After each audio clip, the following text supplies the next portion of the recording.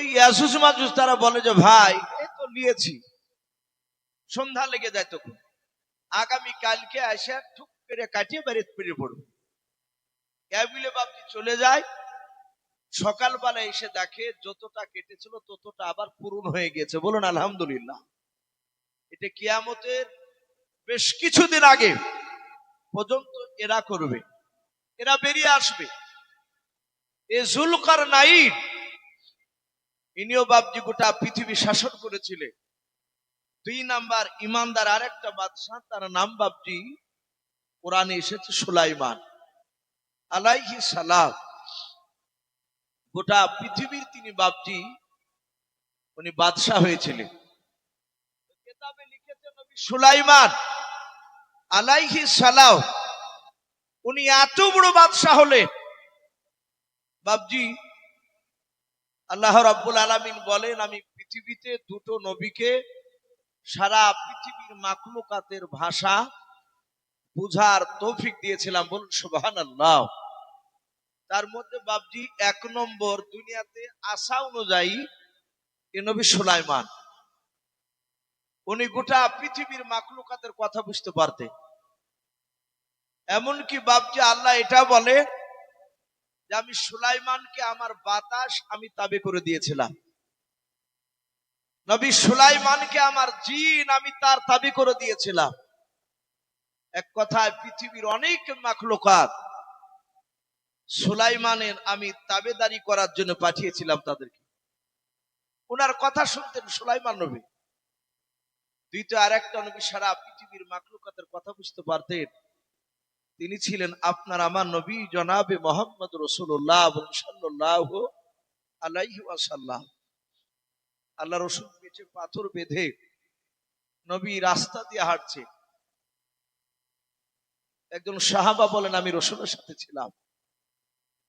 পাহাড়ের পাহা দিয়ে যাচ্ছিলেন, হঠাৎ পাথর ওই পাহাড় নবীকে সালাম দিলেন। বলুন সুবহানাল্লাহ। নবী চট করে দাঁড়িয়ে সালামের উত্তর দিলেন। নবীকে পাহাড়ের ভাষায় বলছিল গো নবী আর সহ্য করতে পারি না আপনার ক্ষুধার্ত। নবী একবার আপনি হুকুম করেন, ইশারা করেন, আমরা গোটা পাহাড় পাথরের সোনায় পরিণত হয়ে যাব। বলুন সুবহানাল্লাহ। রাসূল পাহাড়ের সাথে কথা বলেছে, গাছের সাথে কথা বলেছে। হযরতে আনাস বিন মালিক রাদিয়াল্লাহু তাআলা আনহু বলেন আমি নবীজির সাথে একদিন মরুভূমির ময়দান দিয়ে যাচ্ছিলাম। অনেকটা দূর চলে যাওয়ার পর আল্লাহর নবীজি হাজত পুরা করবেন, যাকে আমরা পায়খানা করা বলি। আল্লাহর নবী বলেন ওগো আমার সাহাবা আনাস আমি একটু পায়খানায় যাব, বাথরুমে যাব। তখন তো বাথরুমের সিস্টেম ছিল না, ফাঁকা জায়গা। আল্লাহর নবীজির বাবারে পায়ের মোজা দুটো খুলে দিলেন। আনাস বলেন আমি মোজা দুটো হাতে করে ধরলাম। আল্লাহর নবী বলেন আনাস তুমি এখানে দাঁড়াও, আমি ওই দেখো একটা খেজুর গাছ দেখতে পাচ্ছি, দুটো খেজুর গাছ 2 জায়গায় দাঁড়িয়ে আছে। আমি একটু যাই, আমি হাজতটা পুরা করে আসি, পায়খানাটা করে আসি। আল্লাহর নবী যখন বাবা হাঁটতে লাগলেন, আনাস বলেন আমি দাঁড়িয়ে দাঁড়িয়ে দেখছিলাম। আল্লাহ রাসূল বেশ কিছুটা দূর যাওয়ার পর নবীজি দাঁড়িয়ে গেলেন। আল্লাহর নবী হাত দিয়ে বাবরি ভাবে একটু ইশারা করলেন। আল্লাহর নবীর মুজিজায় ওই গাছ দুটো বাবজি খেজুর গাছ 2 দিকে ছিল। আনাস বলেন আমি দেখলাম বাচ্চা ছেলে যেমন বাবা হেঁটে হেঁটে যায়, ওই খেজুর গাছ দুটো 2 জায়গা থেকে তারা হেঁটে হেঁটে তারা সরে আল্লাহর নবীজিকে আড়াল করে ধরলো। বলুন সুবহানাল্লাহ। আনাস বলেন আমার আড়াল হয়ে গেল, গাছের আড়ালে নবীজি হাজত পুরা করলেন। আল্লাহ রাসূল আবার যাতে দাঁড়িয়ে গেলেন। আনাস বলেন দেখলাম খেজুর গাছ দুটো আবার তারা আপনা আপনি জায়গায় গিয়ে তারা আপনা আপন জায়গায় গিয়ে বাপজি তারা দাঁড়িয়ে গেল। ও বাপজি ভাইরাও, আল্লাহর নবী বলেন গোটা পৃথিবীতে দুটো নবী তারা সারা পৃথিবীর মাখলুকাতের কথা বুঝতে পারতেন এবং বলতে পারতেন। আল্লাহর নবী সুলাইমান আলাইহিস সালাম, আল্লাহ বলেন আমি তাকে ক্ষমতা দিয়েছিলাম। সুলাইমান তিনি এত বড় বাদশাহ হয়েছিলেন বাবা, কিতাবে পাওয়া যায় সুলাইমান আলাইহিস সালাম যে সিংহাসনে বসতেন বাবা, ওই স্টেজটা এত বড় বাপ যে তাফসীরে মারিফুল কোরআনে সূরা আম্বিয়ার বাপ যে আপনার তাফসীরটা লক্ষ্য করবেন, তাতে দোয়া আছে আল্লাহর নবী সুলাইমান যে সিংহাসনে বসতেন উপরে যে স্টেজটা ছিল বাবা, ওটার উপরে এক নাই দুই নাই 6 লক্ষ চেয়ার আর তোক বলুন সুবহানাল্লাহ। ক লক্ষ বললাম? 6 লক্ষ। এই আমি যে বসে আছি চেয়ারে, এরকম চেয়ার না, বড় বড় চেয়ারের চেয়ে। বলে কেন? সুলাইমান নবী জামানার মানুষ লম্বা ছিল। মাটি কাটতে কাটতে একটা পুরানো কবর পাওয়া যায় এলাকায়, দেখে অনেক দিন আগেকার মানুষ জানতো না যে এখানে কবর আছে, পাই না এরকম অনেক সময়। মাটি কেটে দেখে কুদালে মাথার খুলিতে খটাস করে শব্দ হয়েছে। মানুষ তখন বলে মানুষ রে, এ তো কবর। ভালো করে বাপ যে একটু মাটিটা টেনে টুনে দেখে, মাথাটা এরকম মোটা, হাতের যে আঙ্গুল আমাদের ছোট, ওই দেখবেন হাত এভাবে সাঁটিয়েছে হাড় গুলো, এই আঙ্গুল গুলো এই তালিয়ার চেয়ে বড় বড় ভাবছে। তাহলে মাথা যদি এরকম মোটা হয় খুলি, তাহলে ওর বডি তো বড় ছিল। সুলাইমান আলাইহিস সালামের জামানায় মানুষ লম্বা ছিল, তার চেয়ার বাপজি লম্বা ছিল, চেয়ার গুলো বড়। 6 লক্ষ চেয়ার তার স্টেজের উপর থাকতো। 30টা আসবে নাই 50টা, তার বেশি আসবে এখানে, তার বেশি ধরবে না। আর সুলাইমান যে স্টেজের উপরে বসে থাকতেন 6 লক্ষ চেয়ার বাপজি রাখা থাকতো। শুধু চেয়ার থাকতো না, নবী বলে সুলাইমান মাঝখানে বসতে, ওনার ডান পাশে থাকতো 3 লাখ চেয়ার। ওই 3 লাখ চেয়ারে আপনার আমার মতো বাপজি মানুষ ভাইজান যেমন বসে আছে, এইরকম ইমানদার মানুষ 3 লাখ সুলাইমানের ডান পাশে সিংহাসনে বসে থাকত। আর বাম দিকে যে 3 লাখ চেয়ার, এই চেয়ারে 3 লাখ চেয়ার মানুষ থাকতো না, জিন। কি বললাম? জিন জাতি। আল্লাহ কোরআনে বলেছেন আমা খলাকতুল জিন্না ওয়াল ইনসা ইল্লা লিয়াবুদুন। আল্লাহ বলেছেন আমি জিন আর মানুষকে তৈরি করেছি আমার ইবাদতের জন্য। জিন বলে একটা জাতি আছে, আপনারা দেখতে পান বাপ জিনকে? আমরা দেখতে পাই না, কিন্তু মা বোনেরা দেখতে পায়। মেয়েরা দেখবেন মাঝে মাঝে কি হয়েছে গো, বলে জিনে ধরিয়েছে, জিন দেখেছে। দেখবেন বেশিরভাগ যারা জিন দেখে তারা আয় বড় মেয়ে হয়, আর না হলে বিয়ে হয়েছে 1-8 বছর বয়সে সে ওই ওই কোয়ালিটির মা বোনেরা দেখতে পায়।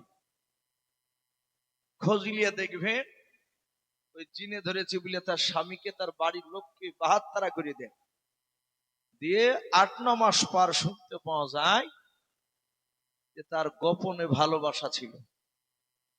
দেখা যায়, শোনা যায় এরকম অনেক আয় বড় মেয়ে ধরেছে, 6 মাস শোনা যাচ্ছে যে বিয়ে করতে চায়নি, ওই লেগো পাগলামো করছিল। বাপজি নবী বলেছেন মানুষেরা জিনকে দেখতে পাবে না, কিন্তু জিনেরা মানুষকে দেখতে পাবে। তাহলে আপনি আমি বেটা ছেলে জিন দেখতে পাবো না, আরো বসে বসে অভিনয় করবে।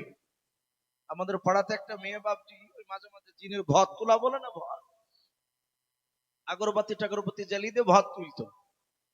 তোর স্বামী নামাজ পড়তো না, কিন্তু পরে আবার পড়তো। তো ওই বাড়ির বাপ যে একটা ছেলে হারিয়ে গেছে, তোর বাপ বলছে আচ্ছা আমার বেটা কোথায় হারাচ্ছে, তুই দেখ তোর জিনে আনিয়ে দিছে কি দেখ। তুই বলো লোকের সবই আওয়া খুঁজে দিস। দিন এক জায়গার নাম করছে, একবার বলছে কাশ্মীরে, একবার বলছে কেরালায়, একবার বলছে বোম্বাই। বাম হাতে এমন ভাবে চড়ালছে তোর জিনের ভূত ছুটিয়ে দিব, তুই ইদুক উদুক বকছিস কেন? তো বাপজি অনেকে অভিনয় করে, জিন মেয়েরা দেখতে পায় না, মেয়েদের দুর্বলার কারণে মানুষ অনেক সময় মেয়েরা ভুল ভাল বকে। মেয়েদের অনেক সময় শরীর দুর্বল থাকে। আল্লাহ রসুল বলেছেন মানুষেরা দুনিয়াতে জিনকে দেখতে পাবে না, এটা নবীর কথা, কিন্তু জিনেরা মানুষকে দেখতে পাবে। এই যে আমি এখন সুলাইমানের কথা বলছি, আমার মনে হয় অনেক জিন বাপজি দাঁড়িয়ে দাঁড়িয়ে কথাগুলো শুনছি। আমাদের উস্তাদ হযরত মাওলানা বাদরুল আলম সাহেব তিনি বলতেন যে সূরা জিন সম্পর্কে আলোচনা করলে, সুলাইমান নবীর কথা আলোচনা করলে অনেক সময় জিনেরা শুনে, আমরা দেখতে পাই। কিন্তু কিয়ামতের ময়দানে বাপজি এর উল্টো হবে। আর যেমন আমরা দেখতে পাচ্ছি না, জিনেরা আমাদেরকে দেখতে পাচ্ছে, কিয়ামতের ময়দানে জিনকে আমরা দেখতে পাবো, জিনেরা আমাদেরকে দেখতে পাবে না। কথা বুঝতে পারলে? এটা রসুলের কথা। তো নবী সুলাইমানের বাম পাশে 3 লাখ চেয়ারে এই ইমানদার জিন, যেমন তেমন জিন নয়, বদমাইশ জিন নয়, ইমানদার জিন, তারা ওই চেয়ার উপর বসে থাকতে। তাহলে 3 লাখ জিন আর 3 লাখ মানুষ, টোটাল 6 লাখ। বাবজি মানুষের মধ্যে কিছু বদমাইশ থাকে, মানুষ থাকে না, বেয়াদব থাকে। জিনেদের মধ্যে বাবজি কিছু জিন বেয়াদব থাকে। বলে যে ভূত পেতিনি এইসব কথাগুলো বলি আমরা, যেমন মানুষের মধ্যে বাবজি সাঁওতাল উঁচি মেথর আমরা সব অনেক কিছু লাগা, কিন্তু ওরা তো মানুষ। তো ওই জিনেদের মধ্যে বাবজি ওই রকম, ওদের মধ্যে হয়তো ভাগ আছে, কিন্তু ওরা সবাই জিন। তো নবী সুলাইমান জিন আর মানুষ নিয়ে বসে আছে। আল্লাহ আরো বলেন যে আমি লক্ষ লক্ষ পাখি দিনের বেলায় সুলাইমানের আমি তাবে করে দিতাম।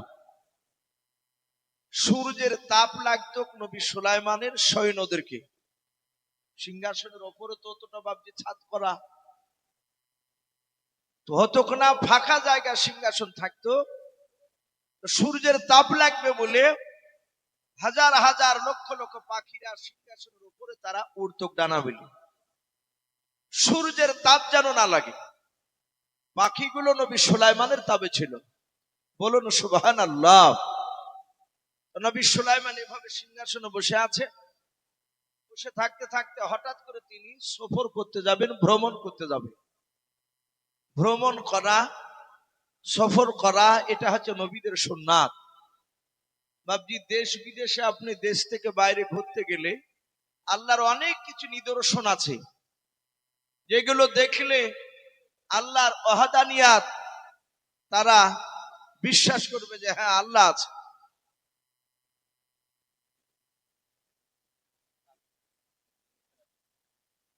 নবী সুলাইমান আলাইহিস সালাম তিনি ঘুরতে যাবে। তিনি এখন বাবজি বাড়ি থেকে বাইরে ঘুরতে যাচ্ছি বলে খুব সাবধান। বেটা ছেলে যদি যায় তো আমার মা বোনরা যদি একটু লক্ষ্য রাখে, দেখবে ও বাড়ি থেকে বেরে আর একটা তার ভালোবাসা কেলে ঘুরতে চলে যাচ্ছে। এ সফরকে নবীর সুন্নাত বলা হয়নি, এগুলো গুনাহ করতে যাওয়া। আর রসুলের বাপ যে আপনার বলেছেন যে এই দেশ থেকে বাইরে কিছু আল্লাহ নিদর্শন আছে, যেগুলো দেখলে আল্লাহ যে ওয়াহু আলা কুল্লি শাইইন কাদির, শক্তিমান, সেটা বুঝতে পারা যায়। এটা ঘোরা নবীর সুন্নাত। তো নবী সুলাইমান আলাইহিস সালাম তিনি মানুষ আর জিন নিয়ে ঘুরতে যাবে। তাই কোথায় ঘুরতে যাবেন তাই আল্লাহ রাব্বুল আলামিন তা কোরআনে জানিয়ে দেন। সুলাইমান কি বলেছে? ওয়া হুশিরা লি সুলাইমানা জুনুদুহু মিনাল জিন্নি ওয়াল ইনসি ওয়াত তায়রি ফাহুম ইউজাউন। নবী সুলাইমান জিন আর মানুষ আর পাখিদের দিকে লক্ষ্য করে ডাক দিয়ে বলেছিলেন, ওরে জিন মানুষ পাখিরা, আমি এখান থেকে ভ্রমণ করতে যাব, বলো তোমরা ঘুরতে যাবে কিনা? আল্লাহর নবী সুলাইমান আলাইহিস সালামের কথা শোনার পর জিন আর মানুষ আর পাখির ভাষায় তারা ডাক দিয়ে বলেছিল, ওগো নবী সুলাইমান, আপনি যেই দিকে নিয়ে যাবেন সেই দিকে আমরা ঘুরতে যেতে রাজি আছি।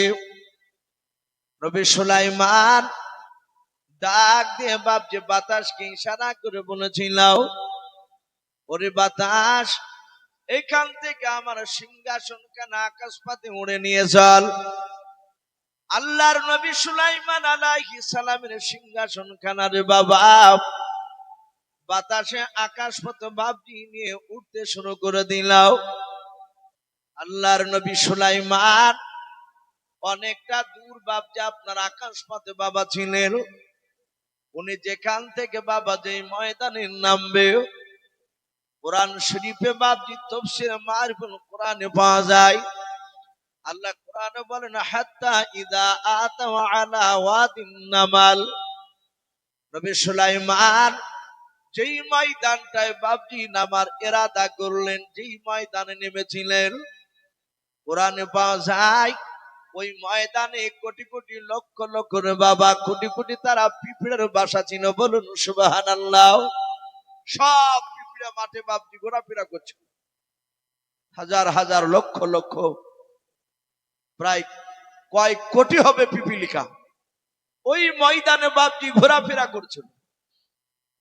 সুলাইমান অনেক দূরে আছে, ওখান থেকে বাপজি তাকে দেখলেন এই ময়দানে প্রচুর পিঁপড়া।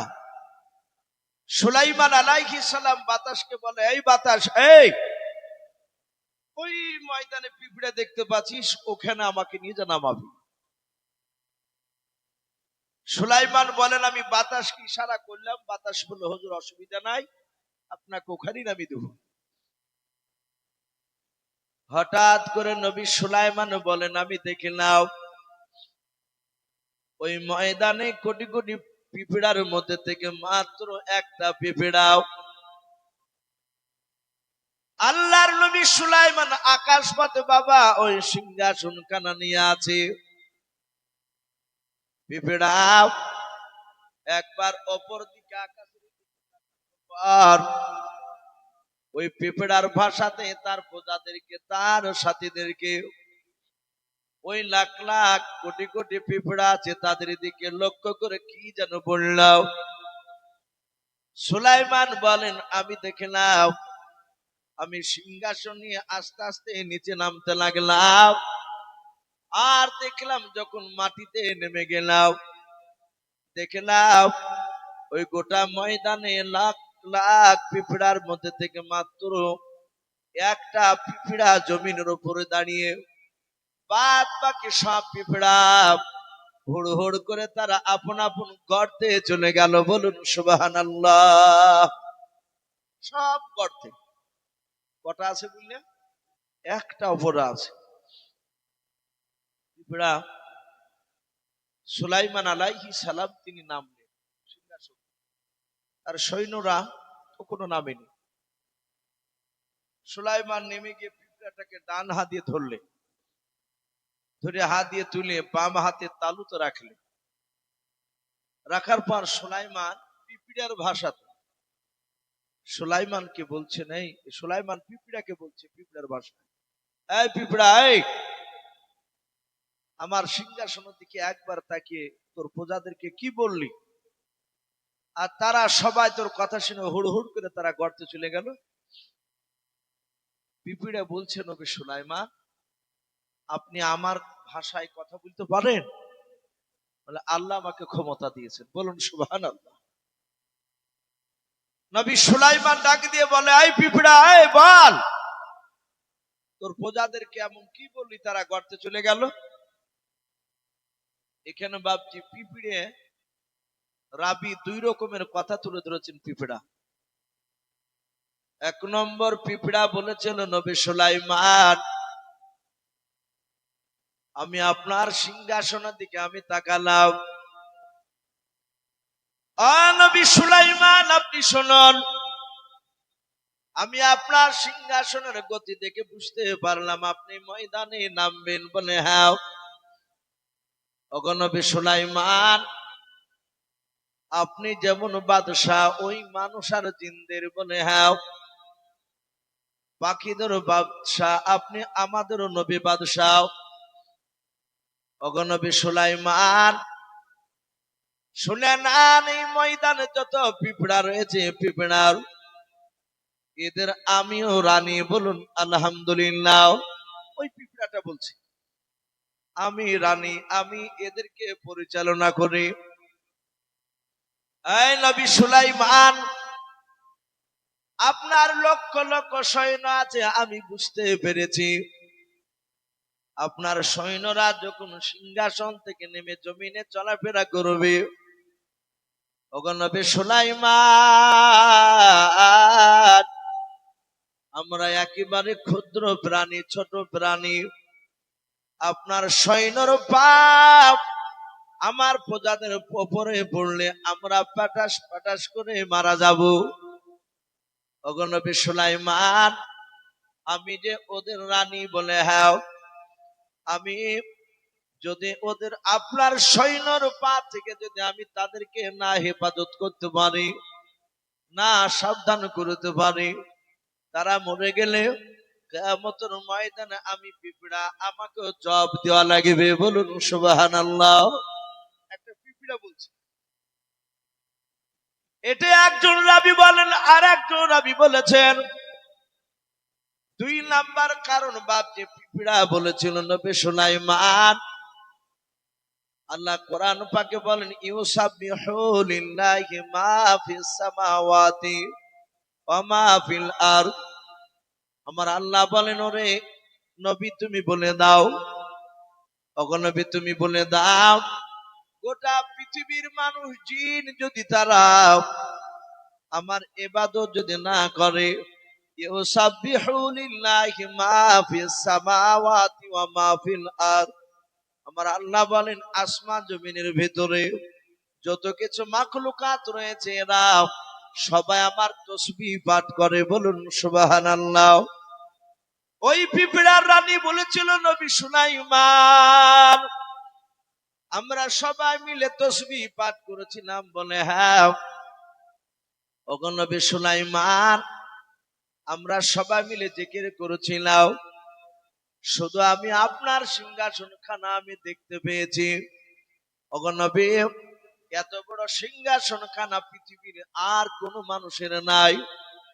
এই সিংহাসন খানা থেকে আমার প্রজারাও তারা হয়তো সিংহাসন খানা দেখতে গিয়ে আল্লাহর জিকির থেকে হয়তো বঞ্চিত হয়ে যাবে, বন্ধ করে দেবে। ওগো আমার নবী সুলাইমান, আমি তাদেরকে করতে যেতে বললাম, তারা আপনার সিংহাসন খানা দেখতে পাবে না, তারা আল্লাহর জিকির থেকে তাসবিহ থেকে বঞ্চিত হবে না, বলুন সুবহানাল্লাহ। মুফাসসিরিন কেরাম লিখে পিঁপড়ার এই 2 নাম্বার কথা শুনে আল্লাহ খুশি হয়ে ওই পিঁপড়ার নামই আল্লাহ সূরা নাজিল করেছেন, বলুন সুবহানাল্লাহ। কোরআন শরীফে 114টা সূরা আছে, কটা বললাম না? 114টা। তার মধ্যে 19 পারায় সূরাতুন নামাল, যারা কোরআন পড়া জানে দেখবেন সূরাতুন নামাল, এই আরবিতে মাপটি পিঁপড়াকে নামলাতুন বলা হয়। নামলাতুন মানে পিঁপড়া। কোরআন শরীফে হাতির নামে সূরা পাঠিয়েছেন। সূরা ফিল, আলাম তারা কাইফা ফাআলা রাব্বুকা বিআসহাবিল ফিল, পড়ে না ইমাম সাহেবরা? এটাকে সূরা ফিল বলা হয়। কোরআন শরীফে মাকড়সা নামে সূরা আছে, দেখবেন আনকাবুত বলে একটা সূরা আছে, আনকাবুত, এর অর্থ হচ্ছে মাকড়সা। মেয়ে ছেলের নামে সূরা আছে সূরাতুন নিসা। তো ওই পিঁপড়ার নামে সূরা, সূরাতুন নামাল। ওই পিঁপড়ার কথা শুনে আল্লাহ খুশি হয়ে ওই যে তাসবিহ পাঠ করে বলেছেন যে আল্লাহর তাসবিহ থেকে যেন বঞ্চিত না হয়, আল্লাহ খুশি হয়ে পিঁপড়ার নামে আল্লাহ সূরা পাঠান। তো যাই হোক, পিঁপড়া সাথে নবী কথা বলার পর বললেন যে ঠিক আছে, তাহলে তুমি আরিনীকে করতে দিতে বলেছো, বলে হ্যাঁ। সুলাইমান পিঁপড়াটা মাটিতে রেখে দিল। পিঁপড়ার ভাষায় পিঁপড়া বলছিল, নবী সুলাইমান আপনি আমাকে ফেলে দিলেন, বলে না তো, বলে আর একবার আপনি হাতে করে তুলুন, কিছু কথা বলবো। সুলাইমান পিঁপড়াটাকে ধরে আবার বাম হাতে তালুতে নিল, ডাক দিয়ে বললেন, এই পিঁপড়া বল, কি বলবি? পিঁপড়া বলেছিল, হুজুর আপনি আমার দেশের মেহমান, বলুন আলহামদুলিল্লাহ। কে বলছেন? পিঁপড়ে। হুজুর আপনি যখন চলে এসেছেন আমার দেশে, নবী গো, মেহমানদারি করা এটা নবীদের সুন্নাহ।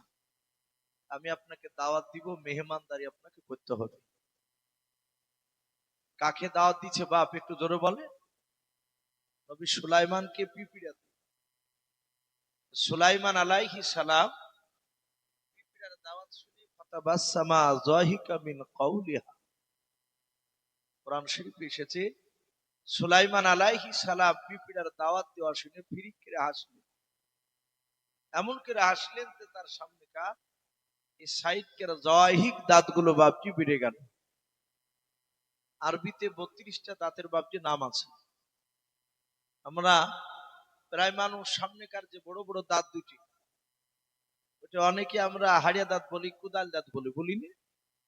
ওই দাঁতটাকে আরবিতে বাপজি অপকার বড় দাঁত দুটাকে সানিয়া ওলিয়া বলা হয়। আর নিচকে আর বড় দাঁত দুটাকে সামনেকার সানিয়া সুফলা বলা হয়। তার পাশে একটা দাঁত রুবাই বলা হয়। তার পাশে আর একটা দাঁত দেখে ছুচিলে থাকে, দুই দিকে দুইটা দাঁত। অনেকে দাঁত দুটাকে আমরা কাটা দাঁত বলি। ওই দাঁতে দেখেন শক্ত জিনিস সাইডে নিয়ে টাইনিয়ে ছিড়িয়ে খেতে গেলে কেটে নেয়। অনেক সময় ভাত খেতে খেতে নিজের জিভ আবার ওই দাঁতের মাঝে পড়ে গেলে খ্যাচ করে কেটে যায়, দিয়ে ভাত খেলিয়ে মুখে হাত দিয়ে দেখছে তো রক্ত শুইতে বাড়াইছে। হয় কি হয় না, আমাদের অনেক সময় লিজে লিজে লেগে যায়। ওই কাটা দাঁতের যে পাশকা দাঁতগুলো, ওই দাঁতগুলোকে জয়হিক বলা হয় আরবিতে, যেগুলোকে মাড়ির দাঁত বলি আমরা। নবী সুলাইমান পিঁপড়ার দাওয়াত দেওয়া দেখে বাপজি ফিরিক করে হাসলে। সুলাইমান বলছেন, এই পিঁপড়া, এই আমি শুধু একাই না, ওই সিংহাসনের উপরে 6 লক্ষ সৈন্য আছে, আরো দিয়ে পাখি দিয়ে শুইতে আছে লাখ লাখ, সবাইকে দাওয়াত দেওয়া লাগবে। পিঁপড়া বলছেন, হুজুর চিন্তা করবেন না, ঘাবড়াবেন না, আপনাদের সকলকে দাওয়াত থাকলো, বলুন আলহামদুলিল্লাহ। আরেকবার বলবেন না সুবহানাল্লাহ? পিঁপড়া সবাইকে দাওয়াত দিয়ে দিল। সুলাইমান কবুল করে নিলে। দেখে তিনি পিঁপড়া কি খাওয়ায়, দেখলো পিঁপড়া গর্তে চলে গেল। বাপ, হায়াতুল হাইওয়ান বলে একটি কিতাব, আল্লামা কামালউদ্দিন তামিরি কিংবা দিমিয়ারি রহমাতুল্লাহ আলাইহি দুটি বলা হয়। একজন আল্লাহর বিখ্যাত ওলি, উলামে দেওবন্দের আলেম, উনি একটা বই লিখেছেন হায়াতুল হাইওয়ান। ওই কিতাবটিতে লিখেছে পিঁপড়া বাসাতে বাপজি, ওদের ভিতরে মানুষের যেমন বাপজি 3-4টা ঘর থাকে না, এটাকে বাপজি আমরা রান্না ঘরকে কিচেন বলছি, অনেকে ডাইনিং রুম বলছে, ভাত টাত খাওয়া। তো এইভাবে বাপজি ওই পিঁপড়াদেরও বাপজি ঘর আছে জায়গা জায়গা। এবং মানুষ যেমন মানুষের বাড়ি ঘুরতে যায়, পিঁপড়ারও বাপজি এক পিঁপড়ার বাসা থেকে আর এক পিঁপড়ায় বাপজি ঘুরতে যায়। এটা আল্লামা কামালউদ্দিন দামিনী রহমাতুল্লাহ লিখেছে। একটা পিঁপড়া যদি বাঁচে বাপজি 2 মাস, ওই পিঁপড়াটা 6 বছরের খাবার সে স্টক করে রাখে। দেখতে পান না, এত বড় বড় পোকা সব ঝাঁক বেঁধে সার বেঁধে নিয়ে যায়, অথচ যে খাবারটা বহায় সে খাবার তো সে খেতে পারবে না একা, অথচ রাত দিন একইভাবে খাবার বহায়। সুলাইমান দেখলেন, দেখি তিনি পিঁপড়াটা কি নিয়ে আসে, দেখছে পিঁপড়া গর্তের ভিতর চলে গেল। কিছুক্ষণ পর দেখছে টিড্ডি ভাজা। কি ভাজা বললেন? টিড্ডি।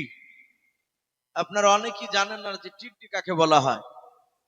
টিড্ডি বলা হয়েছে বাপজি কেতাবে লিখেছে, ওই এক ধরনের হাঁটু পানি দেখেন বলি ফড়িং, আমরা গাঙ্গুহি বলি, ধানের ভুঁইয়ে থাকে, সবুজ রঙে, চ্যাপটা পাখা আপনার সবুজ, বড় বডিটা বাপজি, গর্দনটা উটের মতো লম্বা, পা গুলো লম্বা লম্বা বড় হয়, বডিটা মোটা, এখান থেকে বাপজি 10 হাত কি আবার ধপাস করে বসে যায়। ওটাকে আমাদের এলাকাতে বাপজি গাঙ্গুহি বলি, হাঁটু পানি বলি, অনেকে মোটা ফড়িংও বলে।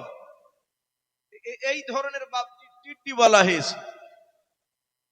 সুলাইমান দেখলেন একটা ছোট্ট পাতায় করিয়ে কয়েকটা টিট্টি নিয়ে এসে বাপজি সুলাইমানকে দিলেন। বললেন, হুজুর আপনি খান, আপনার ভাইদেরকে খেতে বলেন, এবং খাওয়ার আগে একটা শর্ত আছে। বলে কি? বিসমিল্লাহ বলে খাবেন। বলুন সুবহানাল্লাহ। তাহলে বোঝা যাচ্ছে সুলাইমানের জামানা তো বিসমিল্লাহ চালু ছিল। পিপিড়া তো নিষেধ করছে সুলাইমানকে বিসমিল্লাহ বলে। আল্লাহর নবী বলে, কোন মানুষ যদি বিসমিল্লাহ বলে বাপজি যদি সে আমল করে, প্রতিটা কাজের শুরুতে বিসমিল্লাহ যদি বলে, নবী বলেন তার জীবনে রুজির অভাব হবে না। বলুন সুবহানাল্লাহ। নবী আরো বলেন, সে প্রতিটা কাজের শুরুতে যদি বিসমিল্লাহ বলে প্রথমে, তার ইন্তেকাল হবে কলেমা পড়তে পড়তে। আর কিছু দরকার আছে বাপ আমাদের এগুলো বাইরে? আমরা তো চাই যে আল্লাহ মওতের সময় কলেমা পড়তে পড়তে যেন নসিব হয়। নবী সুলাইমান বিসমিল্লাহ বলে বাপজি খেতে লাগলেন, তার প্রজাদেরকে খেতে বললেন। আল্লাহ এত বরকত দিলেন, ওই টিড্ডির যে রান ট্যাং গুলো খেয়ে ফুরাতে পারে নাই। বলুন সুবহানাল্লাহ। আপনার অনেকে ভাববেন যে মনে হয় বানোয়াটি গল্প বলছে। না, আল্লাহ বরকত দিলে বাপজি খেয়ে শেষ করতে পারবেন না। আল্লাহ রসুলের সাহাবা জাবির রাদিয়াল্লাহু তাআলা আনহু বলে, আমি রসুলের দরবারে ছিলাম, নবীজির পেটে দেখলাম পাথর বাঁধা। রসুলকে জাবির বলে, নবী কতদিন খান নাই? জাবির সাহাবাকে নবী উত্তর দিলেন, 4 দিন খাবার খাইনি, পানি ছাড়া। আমার বিশ্ব নবীর এই দৃশ্য দেখে জাবির সাহাবা বাড়িতে চলে আসলেন, তার অর্ধাঙ্গিনী বিবির সাথে আলোচনা করছে। জাবেরের স্ত্রী ডাক দিয়ে বললেন, ওগো আমার প্রাণের স্বামী, আল্লাহর নবীজি খাবার 4 দিন ধরে খাই নাই। বলে, নাও। হযরতে জাবেরের বিবি ডাক দিয়ে বলেছিল, ওগো আমার স্বামী শুনে নাও, আমার বাড়িতে 3 কেজি মতো জবের, কেউ বলেছেন গমের আটা ছিল। জাবেরের বিবি বলে, ও স্বামী, আমাদের বাড়িতে একটা ছোট্ট ছাগল রয়েছে, প্রায় কেজি 3-4 গোস্ত হবে। ছাগলটাকে জবাই করে দেন, রুটি বানাতে শুরু করে গোস্ত করে দেন, আমি রান্না করতে থাকি। আপনি জোহরের আগে যান, আল্লাহর নবীর কাছে গিয়ে নবীকে পার্সোনাল ডেকে নিয়ে আও। কাউকে দাওয়াত দিবেন না, শুধু আমার নবীজিকে একটু ইশারায় দাওয়াত দেবেন। নবীকে কানে কানে বলবেন, জোহরের পর আমার বাড়িতে খাবারের দাওয়াত থাকলো, আপনি যাবেন। জাবির সাহাবা তার বিবির কথা মোতাবেক নবীর দরবারে গেলেন। আল্লাহর নবীকে ডেকে নিয়ে সাইডে গিয়ে বলছেন, নবী গো, আমি গরিব মানুষ সাহাবা জাবির, নবী গো 4 দিন ধরে আপনার পেটে খাবার যায় নাই পানি ছাড়াও। আমি আপনার সাহাবা, নবী দিনের বেলায়, দুপুর বেলায়, জোহরের নামাজের পর আপনার জন্য